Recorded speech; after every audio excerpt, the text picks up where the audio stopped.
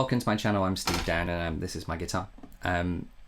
If you just tuned in, this is the third in a series of our look at Kenny Burrell's Midnight Blue. Last week we looked at the first 16 bars solo, and in the first lesson we looked at the head. So go and take a look at those before you look at this one, as I'm going to be referring to a lot of stuff from the previous lessons. Thanks to all the new subscribers, patrons, and people who've liked the video and watched the video and fed back about it. It's really appreciated, and it does help me in crafting new videos. So thanks for that. The way that we're approaching this is in this lesson is that we are learning the solo note for note, and then we're going to dissect it, as Jens puts it in the comments to the previous video. We're going to dissect it and learn how to use some of the devices that Kenny actually uses within the solo for our own solos. So we can actually get creative with some of the things that that Kenny uses, and I'll give you some advice along the way about that. So let's get into the lesson. Don't forget to subscribe and like the video if you like it, that is, as it does help other people to find it. And if you want to support me in making more, then Patreon is the place to go for that, and the link is on the screen right now.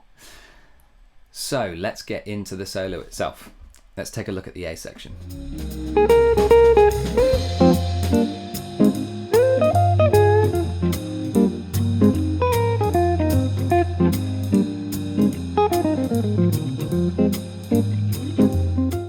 So there's a lot in this solo, but in the A section, we've got quite a lot of repetition from the first 16 bar solo. It's good to have repetition within your solos, and Kenny uses a micro and a macro repetition, so he repeats some of his little phrases but that he uses in the first 16 bar solo, but he also has more of a macro repetition as well, in the fact that he's repeating his approach, and his approach on this one is to play a little lick and then to play the chords underneath it, and he's using very much blues scale vocabulary to do that, and we do have some carbon copy repetitions of licks from the first 16 bars. So this is just stuff that we can take away and use within our own solos. We want to use repetition within our solos purely because of the fact that you don't want to blow all of your ideas within one 16 bar solo, because then where have you got to go in your second 16 bar solo? It's really difficult to say that.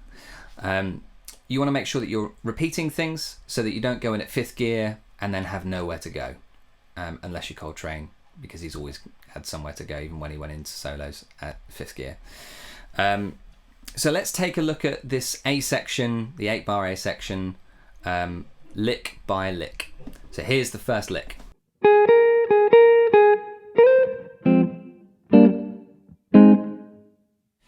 So this lick comes off the back of the first 16 bars, and he's literally just using the pentatonic scale, and he's backing it up with those 3 triads: F minor, G minor, and A flat again. So go back to the first lesson if you want to learn those 3 triads.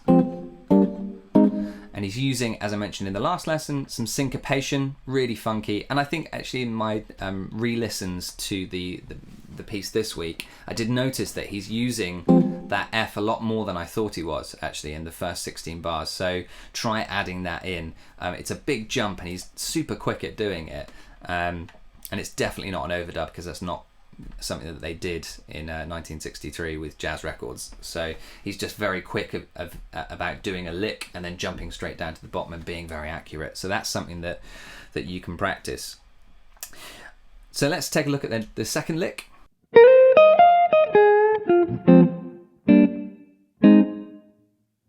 So this one's kind of almost B.B. King-like, with that little blues curl. It's really B.B. King-like, and as I mentioned in the last lesson, it just shows that he's probably listening to a lot of the music around that kind of time, a lot of the popular blues stuff, and a lot of the pop music that uses blues curls in it. So we can hear what Kenny's influences would have been at that time. So that's cool. And he's using this position just like in the first lick. He's using this position as well as this position. So, and also using that position as well. So these are kind of vaguely the caged system, if you're familiar with that. I don't use it massively because I think it encourages you to think vertically a little bit too much. So if you are using it, then make sure that you're learning the scale laterally up the neck as well, because it does open up the guitar a bit more creatively for you. So laterally it would be,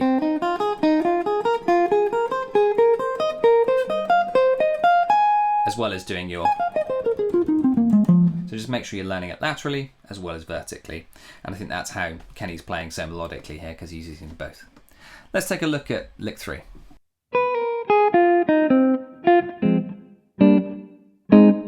So this one's a carbon copy of of a lick from the first 16 bars. Nothing really new there at all, but as I've said at the beginning, it's really good to have repetition in your solos. It grabs the listener. If that lick grabbed your ear in the first section, repeat it again, either in the same section or in the next section, in the next 16 bars. Because if it grabbed your ear, it's more than likely that it's going to have grabbed someone else's ear as well. So repetition's key in a solo. Let's look at lick 4.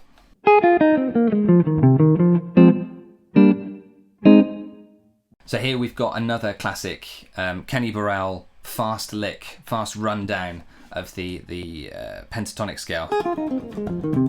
He goes all the way down this time. In the first section, he only went down so far. And in this one, he goes all the way down and then back up and resolves down onto the F. You could argue that maybe Kenny doesn't have that many licks. Highly unlikely that he doesn't have that many licks to put in his solo. But I think he's just being very clever, and he's biding his time to really create tension by repeating some things, as we'll see in the coming choruses, in the coming lessons. He's definitely biding his time at this in these first 2 choruses and going slow and adding space and repetition, so that he can really hit you in the face with some more kind of intense stuff in chorus 3 and chorus 4 and beyond.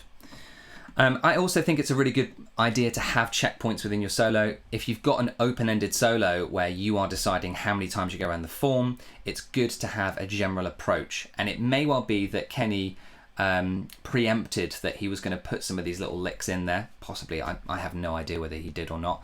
But I think it's a good idea. Whenever I've got a difficult piece of music, I always think, how am I going to approach that section now? I don't just leave it to chance. When I get into the actual playing, I think ahead of time, this particular type of lick might be good to play over the top of this, or this approach might be good over the top of this. So don't be afraid to get your pencils out and start notating on the form about what you might want to play over that section there, because it really will help in being creative in that section. Let's move on to the B section.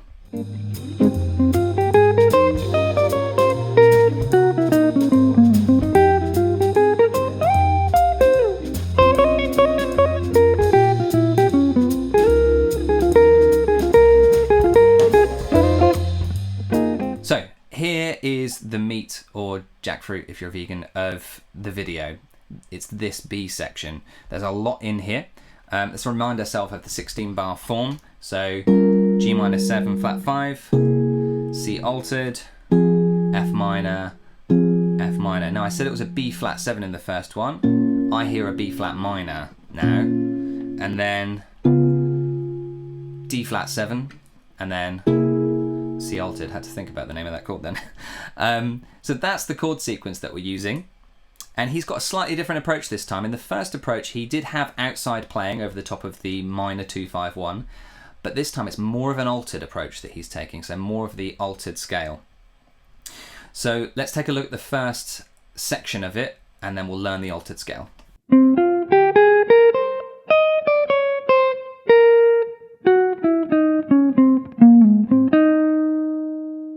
So in this first section of the B section, I think he's definitely thinking in the altered scale. So the altered scale is a mode of the melodic minor, and the altered scale that we're after is the C altered scale, which is this.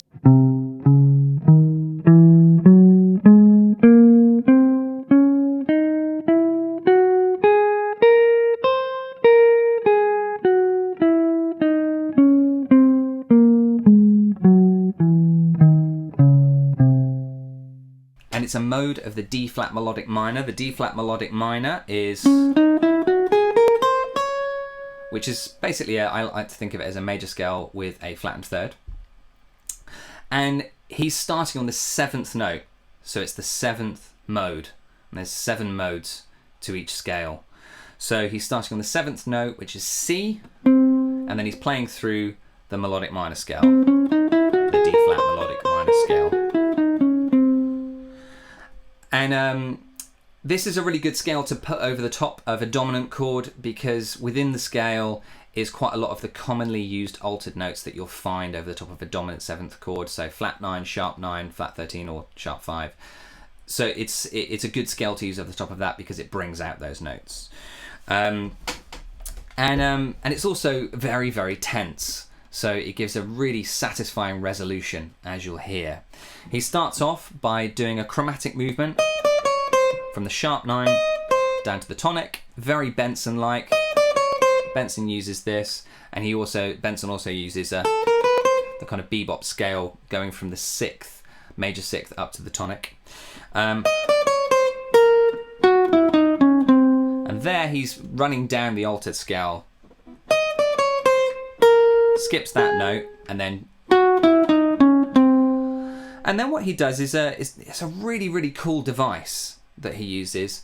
He actually picks out an arpeggio that is contained within the scale, and so it'd be a good idea for us to learn the various chords that we can make up from the altered scale. So let's take a look at that now by learning the chords from the D flat melodic minor scale, which will also be the same ones that we use in the C altered.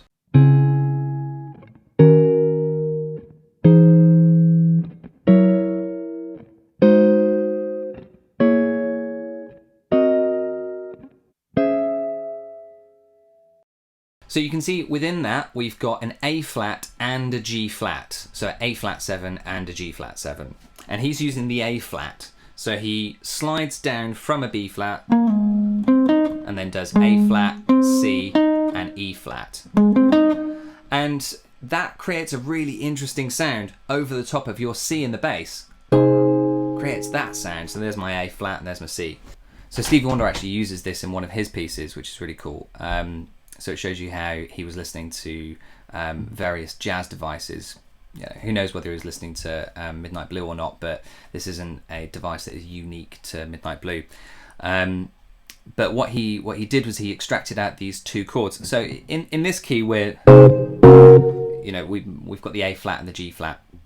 The chord that Stevie Wonder uses it over in Smile Please is actually B in the bass, and so what you end up with is a G and an F, but it's the same principle. So it's that B altered, and he's using the G and the F to create that altered sound with 2 chords over the top of it. So that's something you could use in your solo, is like running through maybe those arpeggios. Obviously in this solo the altered chord is C, so our chords are A flat and G flat. So that's something that you can use rather than digesting the altered scale. You could use those 2 chords to bring out the altered notes. So go and have a listen to that tune, definitely, and see how Stevie Wonder actually uses jazz devices in what would be termed as pop music widely, which is pretty amazing actually. And it's not the only tune that he does that in. He does it in tons. Too High is a good tune to go and listen to for all of the weirdness in the jazz chord vocabulary. That's the end of that little lick there. Let's move on to the next lick within this section and see what Kenny does afterwards.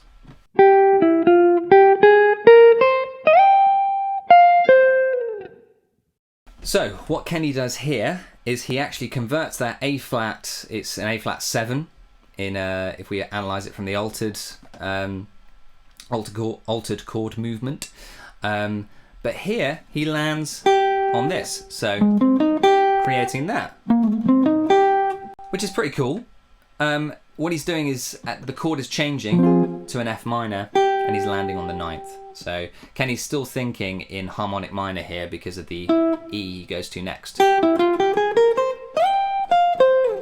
And he's traversing the various positions, going up to here, using a G up here, and he's adding the intensity to it as well. So let's take that on board as well for our solos, that we can add intensity into our playing by jumping up from one position, jumping through it a couple of different positions, which he does, up to here. And the ninth is a nice place to go. I think that's a super cool lick. So definitely learn that one and manipulate it and use it in your own solos. So let's take a look at the next bit, which is where he uses a really unusual scale.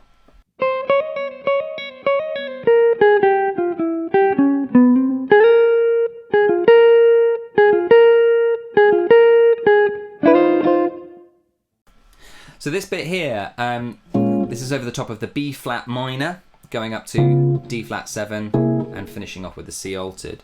And he uses some repetition, as we said earlier. Repetition's really good. So he's using that there, those three notes, which if we analyse it from the B flat is the 9th, the minor 3rd and the 4th. So that's a really cool one that you can do. It's actually a really good exercise routine. Just, make sure on the record, I don't think Kenny's, too bothered by it, but, just for your own practice, you could try making sure that all of the notes that you're hammering on and pulling off to all sound the same volume. So what you can actually do is, I've got Logic running here and I'm looking at my waveform and making sure that they're all the same lines, which they're not quite, so maybe I need a bit more practice on that. But it's a really good practice routine. It really strengthens your fingers for doing legato. So you could extract that out and put it at the top of your practice routine. So the next part that he does, I mentioned that he uses a really interesting scale. If we analyse it, kind of overthink it, we could say that it's the Dorian sharp 11, because he's playing a B flat and he's using the notes from the F harmonic minor scale. I'm not sure whether he would have been thinking like that. I think he might have been thinking a bit more simply and just kind of noticing that the F harmonic minor scale contains the notes for B flat, and so it sounds good over the top of it, and it's interesting with that E.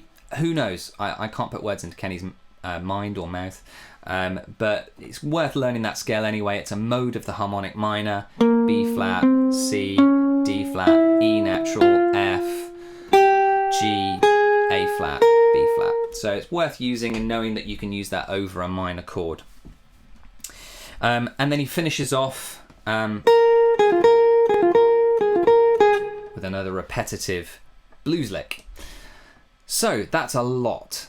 So what are our takeaways from this particular lesson? So repetition is number one, definitely. I've mentioned that so many times in this video. Repetition, whether that's micro with a little lick or macro in terms of your approach. And have that pencil handy when you're practicing through the tune, so that you can note down how you might approach certain difficult sections like this B section. The second one is going to be the altered scale. So make sure you're sitting down, learning the altered scale, understanding what a mode means, and how we go about getting the mode from the melodic minor, the 7th mode, and creating the altered scale, and look at the alterations that are within it. And if you've got a chord that's like a sharp 5 or a sharp 9 or a flat 9, then you're going to want to bring out those notes. The third thing is extracting those triads out of the altered scale. So that A flat, go and listen to that Stevie Wonder tune, Smile Please, and look at how he extracts out those notes. So the fourth and final thing is that Dorian sharp 11. So we could use that within our own solos. When we've got a minor chord, we could use that Dorian sharp 11 to create a really hip sound like Kenny does. Again, not really sure whether he would have been thinking of it as a Dorian sharp 11 or whether he would have just been thinking, an F harmonic minor works really well over a B flat minor chord and sounds really hip, and I'm going to use that instead of a B flat natural minor or a B flat pentatonic or something like that. So it might, let's be careful about overcomplicating things, and make sure that we don't want to make too much thinking time for ourselves during our solos. So take all those 4 things away with you and try and add them into your own approach over this particular tune, or even over other blueses or other tunes. That's the aim of the game with this. Again, thanks for watching if you got this far in the video, and remember to like and subscribe, and if you want to support me, then Patreon is the place to go for that. So next week we're going to take a look at where Kenny starts to use more chords in his solo, chord melody, which is going to be really, really cool. So make sure you tune in next Saturday for that one. Have a good week. Happy practicing. Bye for now.